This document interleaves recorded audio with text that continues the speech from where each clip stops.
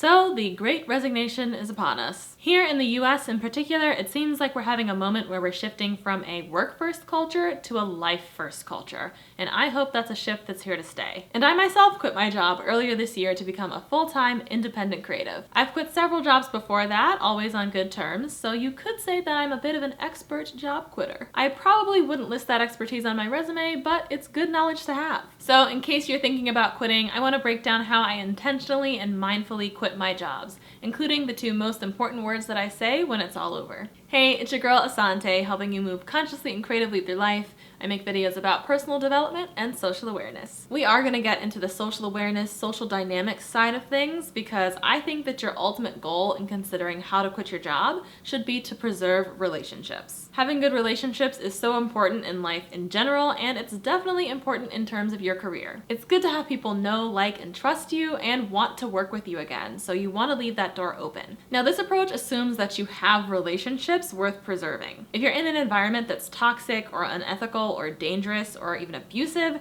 you're just gonna want to piece up on out of there ASAP. So you might not have the time or space to do things as delicately as I'm suggesting here. I'm also someone who generally likes the people who I work with. I like that sort of social friend energy in my workplaces, and that's something that I was selecting for in my jobs. But I know that's not always the case. Sometimes a check is a check. Run me the money, okay? And when it's time to clock out, bye. Hey, fair enough. But this is the approach I've taken as I've been pretty invested in my work environment and in my colleagues, and I come from having desk job office environments. The first thing I've done to preserve my relationships and go out on a positive note actually came way before I quit, and that's to conduct my work relationships on a positive note. Good relationships take time to build, they take work and intentionality to cultivate, and they can be ruined in an instant with one smart remark. There have been times where I've felt undervalued, unappreciated, and disrespected at my day job, and those feelings have been what's motivated me to quit in some cases. But when it comes to expressing those feelings, you better check yourself before you wreck yourself. I've had to stop and think,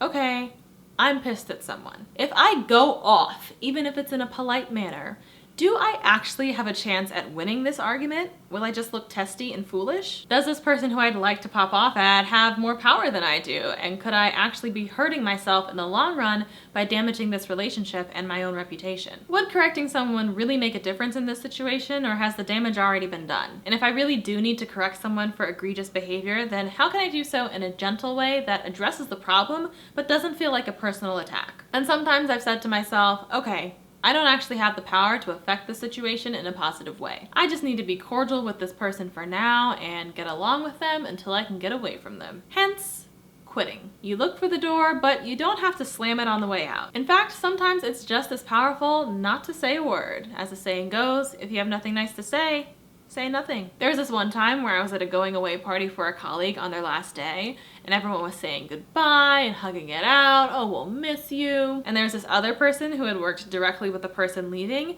and they were not acknowledging each other at all. And I was like, oh, they are pissed. Like, the silence was deafening and nothing had to be said. If you blow up at someone, you'll probably just look like a hothead, everyone will find out and talk about it, and you might be the butt of the joke. But we want to keep focused on our goal of preserving our reputation and relationships. With the silent treatment, if you have to work with that person again, you can. You may not want to work with them again, but you haven't burned the bridge. You've simply iced out the bridge. You may need to go back and defrost that thing, but if it's your only exit route, then at least the bridge is still there. If you've burned the bridge, it's gone. Another way to tactfully show your displeasure is to think about how much notice you give and how helpful you'll be in transitioning the role to another person. 2 weeks is typical. I've sometimes given 3 or 4 weeks because I've been largely happy at my day jobs and I want to make sure to wrap up any loose ends. 4 weeks is the most I would give because it kind of gets old. Aw, you're leaving. Oh yeah, you're leaving. Hey, you're still leaving. When are you leaving? Working can be a little awkward if everyone knows you're on the way out. On the other hand, just like these companies can drop you on the spot,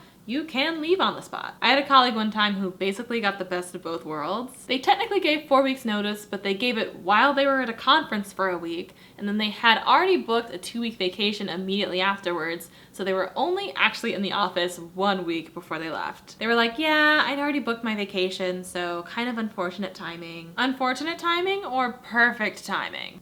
So those are a few ways that you can prove your point without making a scene or leaving a paper trail. We're going out with class and a little bit of sass. Now, before I actually give my notice, I make sure that I'm prepared to leave. When you give your 2 weeks notice, there's a chance that your employer says, actually, you can leave today. This hasn't personally happened to me, but I've heard some stories. So when I say I'm quitting, I'm prepared to walk out the door, and that means a couple of things. At a basic level, it means that I'm able to gather my belongings in a quick and compact manner. I'm a big knickknacks person. I love tchotchkes, and at one point I'd accumulated 3 years worth of decorations and cutesy mementos that were scattered around my desk. So when I got the feeling that I was about to leave my job, I started quietly clearing my place out. I'd pack up some of my stuff at the end of the day when no one was around. I did it gradually over time so that it wasn't obvious, and so that my spot didn't look empty, I left up flat things like pictures and posters that I could easily make compact, roll on up, and roll on out. Another way I prepare is by consolidating my contacts. I make sure that I have the contact information for my colleagues and for people who I frequently interacted with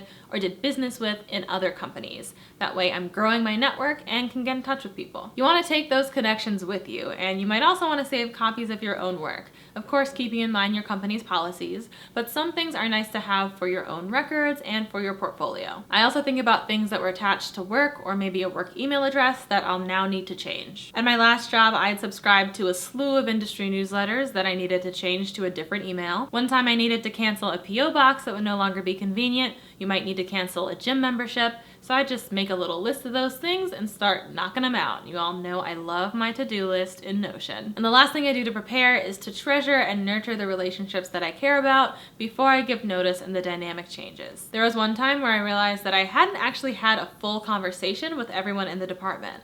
And so over the course of a few weeks before I gave notice, I made it a point to ask everyone to lunch or to coffee to make sure that I had gotten to know folks a little better and to strike up a friendly feeling before I hit the road. There have been times where I've waited to give notice until after I got a good performance review, got that appreciation, and had a chance to give that appreciation to others. Take pictures, capture memories, have that positive interpersonal feeling before the mood changes. All right, so I'm prepared, I've gotten my things and my contacts together, I've done my socializing.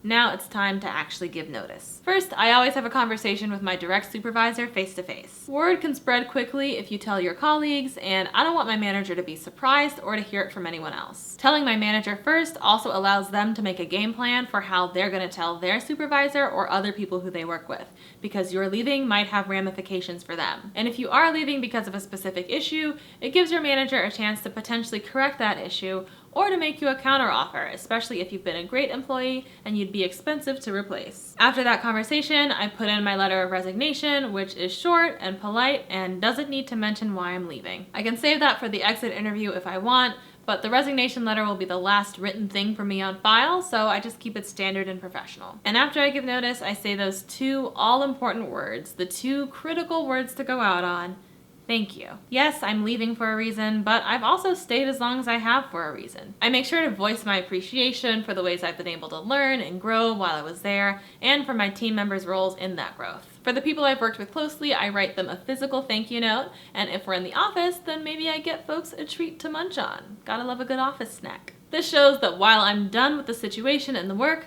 I appreciate the people as individuals. Just as important as thanking people is allowing yourself to be thanked. I had a colleague once who left and let folks in our department know, but didn't really say anything publicly to the wider company. And throughout the next week, I heard people saying, "Hey, I heard this person left the company. I didn't get to say goodbye. What the heck?" If you've been a great teammate and you've had an impact on the organization, folks want to celebrate you and see you off. Even if you're a little shy about it and you don't really like all the attention, giving people a chance to say thanks shows that you care about the relationship and you're not just ghosting. I like having little going away parties. At all of my jobs, there's been a little something to mark the occasion, whether it's been a group lunch or a happy hour or a Zoom party. And it's been nice to feel appreciated and to appreciate others and to just take a moment for some warm, fuzzy feelings. I think it's funny that feeling unappreciated is a big reason to leave your job, and then on the way out, you get all this appreciation, and it's like, where was this 2 weeks ago? Anyway, enjoy it while you got it. And finally, on my last day, around midday, I send out a goodbye email to the company.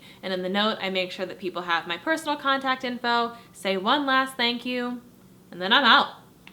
Peace. So that's how I've quit my jobs mindfully and intentionally with relationships intact to the point where previous colleagues have become good friends, and I now do some client work and consulting for a few of my previous employers. In the comments, let me know if you're also a part of this great resignation. And if you're curious about my particular career path and all of the jobs that I've quit to get here, then you can check out my video about that here. Big thank you to my Patreon patrons who are helping me to make these videos possible. As always, remember to live spiritedly and think creatively, and I will see you next time.